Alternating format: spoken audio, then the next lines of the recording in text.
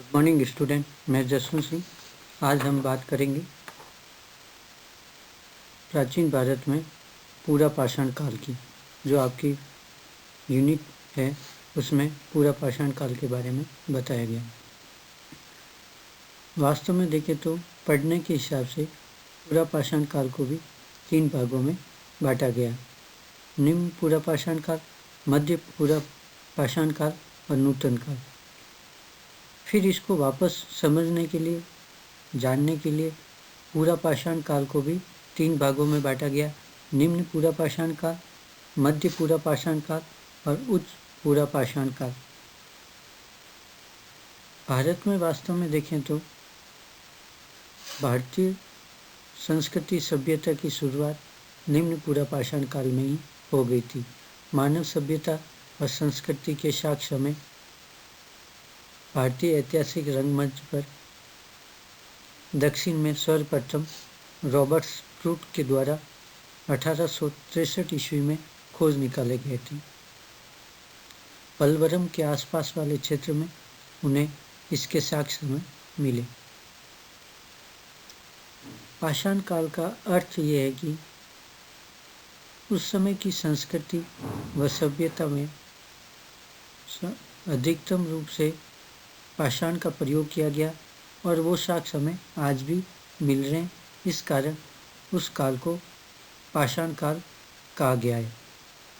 अन्य का प्रयोग हो सकता है हुआ हो, लेकिन लंबे समय के कारण वो नष्ट हो गए और पाषाण ही ऐसी वस्तु है या साक्ष्य है जो लंबे समय तक यथावत रहते हैं। इस कारण वो साक्ष्य आज भी हमें मिलते हैं और उसी प्रयोग के कारण उन्हीं के आधार पर उस संस्कृति का नाम हमने पाषाण काल रखा है। पाषाण काल में जो पाषाण या अश्मक का प्रयोग किया गया था औजार के रूप में, अलग अलग प्रकार के औजार के रूप में, अलग अलग तरीके से उनको बनाने का तरीका अलग था, निर्माण विधि अलग थी, उपकरण अलग थे, सामग्री अलग थी। उसके आधार पर वापस इसको अनेक भागों में बांटा गया, जिससे उस समय की संस्कृति और सभ्यता को समझने में आसानी हो। भारत में निम्न पूरा पाषाण काल का समय 10 लाख ईसा पूर्व से 1 लाख ईसा पूर्व माना गया है। सर्वप्रथम इसके साक्ष्य में पलवरम में रॉबर्ट फ्रूट के द्वारा मिले हैं, जो 1863 ईस्वी में मिले। औजारों के लिए जो सामग्री उपयोग में ली जा रही थी वह खुदरीला रेतीला पत्थर क्वार्टजाइट था। उपकरण जो थे वह चॉपर, चॉपिंग, इंडेक्स और कैलिबर थे। चॉपर एक तरफ से धारदार होता है, दूसरी तरफ से भोथरा होता है और पीछे पकड़ने का होता है। चॉपिंग में दोनों तरफ धार होती है और पीछे से पकड़ने के लिए हाथों से उसको पकड़े जाते हैं। ये बड़े औजार होते थे, अनगढ़े होते थे, दिखने में भद्दे होते थे।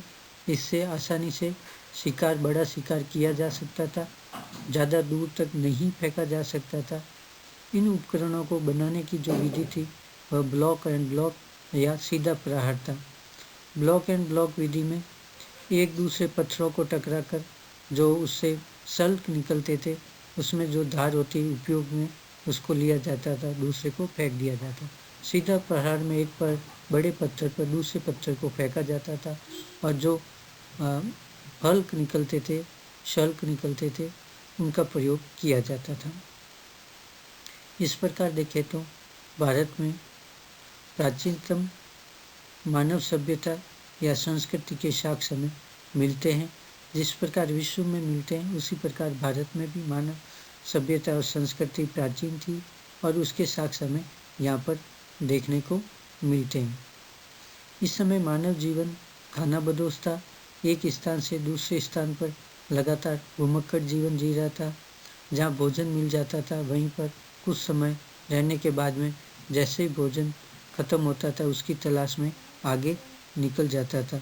यहाँ पर ऐसा कोई क्षेत्र अधिकार या क्षेत्र जैसी कोई बात या अवधारणा नहीं थी। घुमक्कड़ जीवन था, आग का प्रयोग अभी नहीं हो रहा था।